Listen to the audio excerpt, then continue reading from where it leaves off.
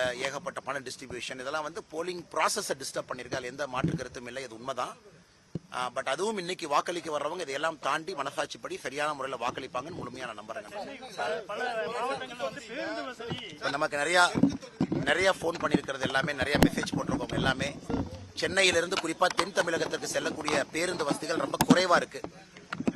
அந்த பேருந்து வந்து ரொம்ப குறைவாக தான் இருக்கு. பிரைவேட் ஆபரேட்டர்ஸும் ரொம்ப குறைவாக இருக்கு. அரசு பேருந்துகள் குறைவாக இருக்கு. நேற்று இரவு சிங்காநல்லூர்ல இருந்து பார்த்தோம். இங்கிருந்து வெளியே செல்லக்கூடிய பேருந்துகளுடைய எண்ணிக்கையும் குறைவா இருக்கு. நிறைய பேர் கம்ப்ளைண்ட் பண்றாங்க. அதனால எப்பவுமே தேர்தல் ஆணையம் இன்னும் கொஞ்சம் தமிழ்நாட்டில் சிறப்பாக செய்திருக்கலாமோ அப்படிங்கிறது என்னுடைய ஒரு தனிப்பட்ட ஒரு கருத்து. டிரான்ஸ்போர்ட் டிபார்ட்மெண்ட்டை கையில் எடுத்திருக்கணும், இன்ஸ்ட்ரக்ஷன்ஸ் கொடுத்துருக்கணும், அடிக்குவேட் பஸ்ஸஸ் இருக்கான்னு செக் பண்ணியிருக்கணும், அதெல்லாம் அதை ஃப்ளோவாக பார்த்துருக்கணும். ஆனால் நேற்றுலேருந்து இன்னைக்கு உதாரணத்துக்கு நேற்று இரவு சென்னையில் கிளம்பின பஸ் இன்னைக்கு சாயந்தரம் 6 மணி 6:30 மணிக்கு தான் ராமநாதபுரமே ரீச் ஆகுது. அந்த அளவுக்கு காலையில் ரொம்ப தாமதமாக எடுத்திருக்காங்க. இது நிறைய நம்முடைய வாக்காளர் பெருமக்களும் கூட, நம்முடைய கட்சியை சார்ந்தவர்களும் கூட, பொதுநிலையா இருக்கிறவங்க கூட, இளைஞர்களும் கூட இது ஒரு பெரிய கம்ப்ளைண்டா நேற்றிலிருந்து சொல்றாங்க. இதை பத்திரிகை நண்பர்களும் இதை நேற்றிலிருந்து நாங்கள் பேசிட்டு இருக்கீங்க.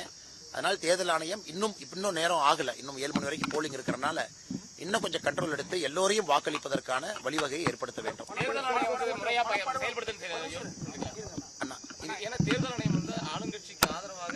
இந்த முறை என்ன கேட்டீங்கன்னா, நான் தேர்தல் ஆணையத்தை பத்தி நான் இந்த கட்சி அந்த கட்சின்னு சொல்லிங்கன்னா, தேர்தல் ஆணையம் இன்னும் சிறப்பாக தன்னுடைய பணியை செய்திருக்க வேண்டும் அப்படிங்கிறது என்னுடைய ஒரு தனிப்பட்ட கருத்தாக நான் வைக்கின்றேன். காரணம், வீட்டுக்கு 4 பேர் நடந்து போய் ஒரு வாக்குக்கு 5000 ரூபாய் கொடுக்குறாங்க.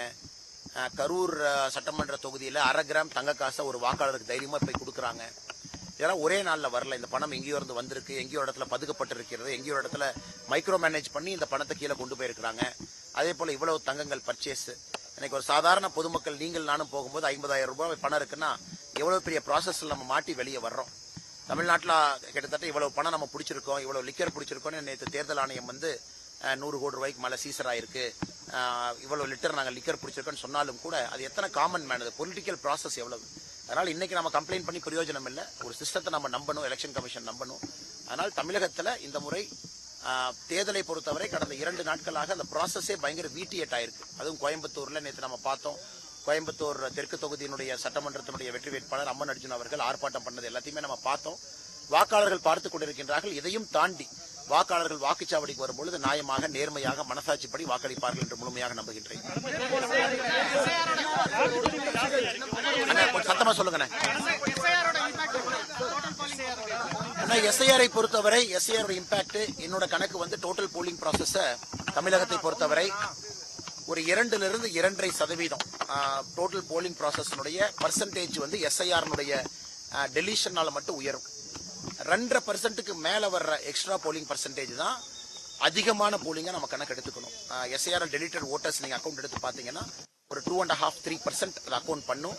அதுக்கு மேல வரக்கூடிய எக்ஸ்ட்ரா போலிங் பர்சன்டேஜ் வந்து அதிகமான வாக்காளர்கள் வந்திருப்பதாக நமக்கு அர்த்தம். இன்னைக்கு சாயந்தரம் நமக்கு தெரியும். எஸ்ஐஆரை பொறுத்தவரை ரொம்ப நேர்மையா தான் நடந்திருக்கு, நாணயமா தான் நடந்திருக்கு. ஏன்னா அந்த கட்சியின் சார்பாக இதை நான் மானிட்டர் பண்ண வேண்டிய ஒரு பணி எனக்கு கட்சி கொடுத்திருந்தாங்க. அன்னெசரியா டெலிஷன் எங்கேயுமே எலெக்ஷன் கமிஷன் பண்ணல. மல்டிபிள் ரவுண்ட்ஸ் அவங்களுக்கு வாய்ப்பு கொடுத்திருக்காங்க. அதனால எஸ்ஐஆரை பொறுத்தவரை தமிழகத்தில் உண்மையாலுமே நடுநிலையாக சிறப்பாகத்தான் தேர்தல் ஆணையம் செயல்பட்டு இருக்கிறாங்க. இன்க்ரீஸ் போலிங் பர்சன்டேஜ் 7 மணிக்கு மேல நம்ம கணக்கு போட்டு தெரியுங்கண்ணா.